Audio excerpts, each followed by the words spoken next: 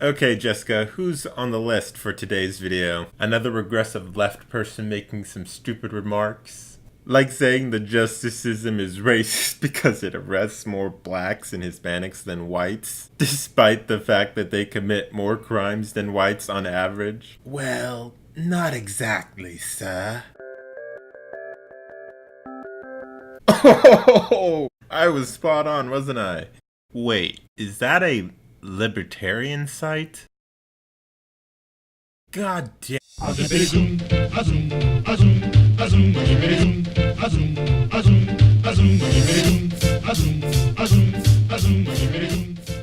The racial composition of the prison population in the United States is very different from the population at large. If people are worried about inequality in America today, I think this deserves more attention in the discussion. Yeah, because blacks and Hispanics commit more crimes on average than whites. Racial inequality in the criminal justice system gets ignored because it doesn't affect most people.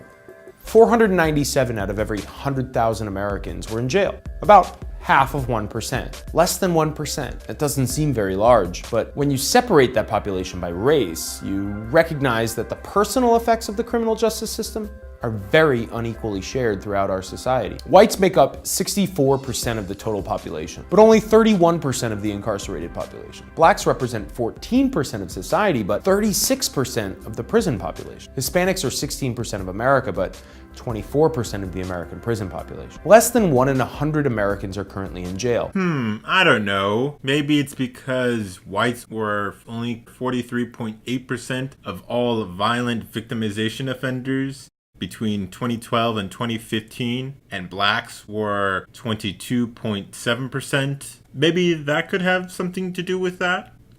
Just a thought. And if you want to get into the specifics, like let's just go with homicide. Between 1980 and 2008, blacks committed around 52.5% of all homicides.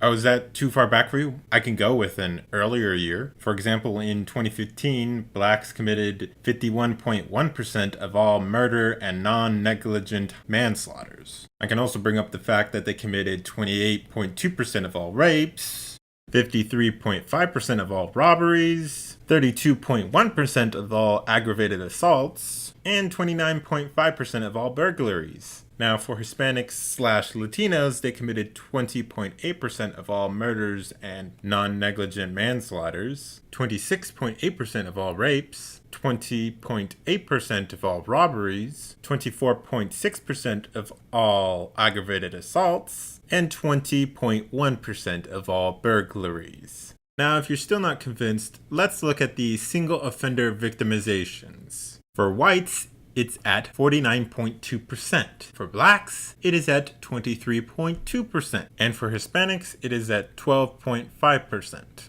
Now let's look at multiple offender victimizations. Whites make up 30.4%, and blacks make up 24.7%, and Hispanics at 24.2%. That means fewer whites commit single offender victimizations and commit fewer multiple offender victimizations according to our population size. This would kind of explain the large difference in population of our prisons, don't you think? But for some races, genders, and age groups, that ratio is a lot larger. For example, if you're young, black, and male, it's closer to about 1 in 4. That means you'd have a higher probability of going to jail than of getting married or going to college. These results are unequal and problematic as poor black communities lack so many of their members. But what can be done? The causes of this trend are undoubtedly complicated and multi-causal. But there is reason to suggest that part of the blame is our criminal justice system itself. No, it's not. In the ways police officers enforce laws, in the ways that laws are written and prosecuted, and more. Bullshit.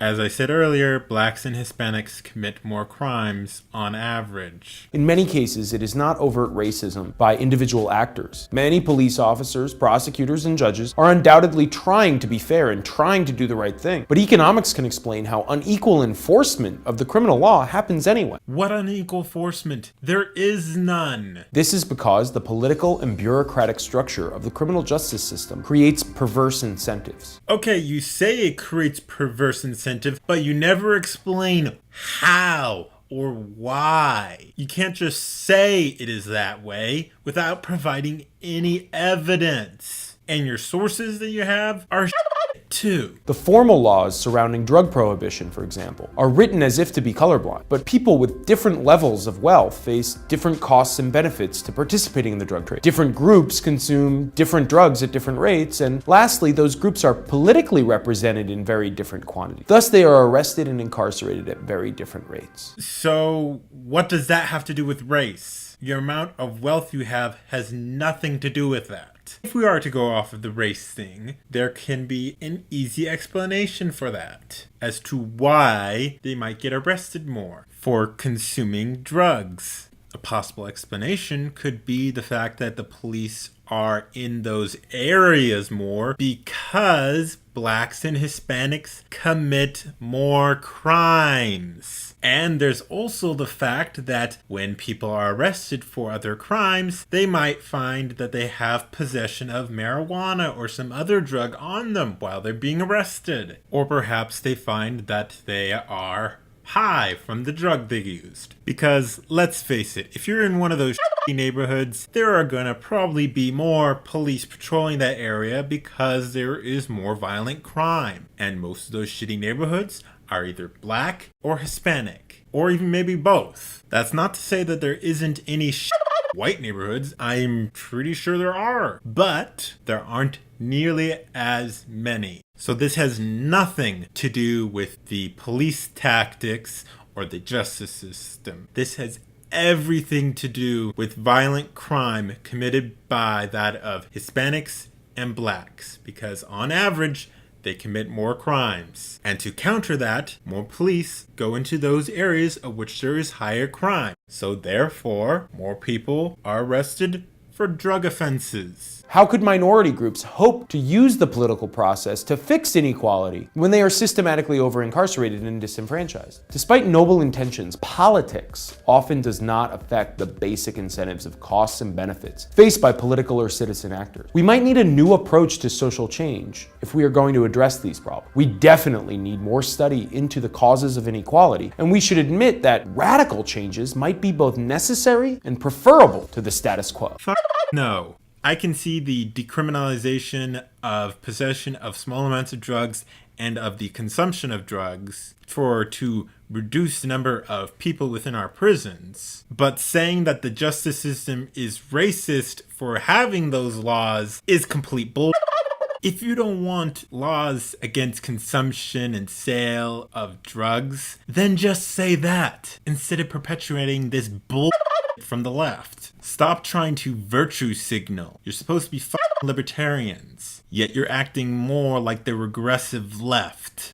Anyways, that's gonna be it for today. If you liked this video, please give it a like, subscribe, share it, comment down below, and tell me what you thought. Follow me on all my social media like Minds.com, BitChute, Gab, Twitter, Facebook. You can also support me on Ko-fi, Maker Support, Patreon, or you can buy something from my merch store. And I'll see y'all later. We bop and hippity hop, I'm as happy as I can be. Whoa, boom, boom, and hippity zoom. Love is sweet, love is grand, works, run. We bop and hippity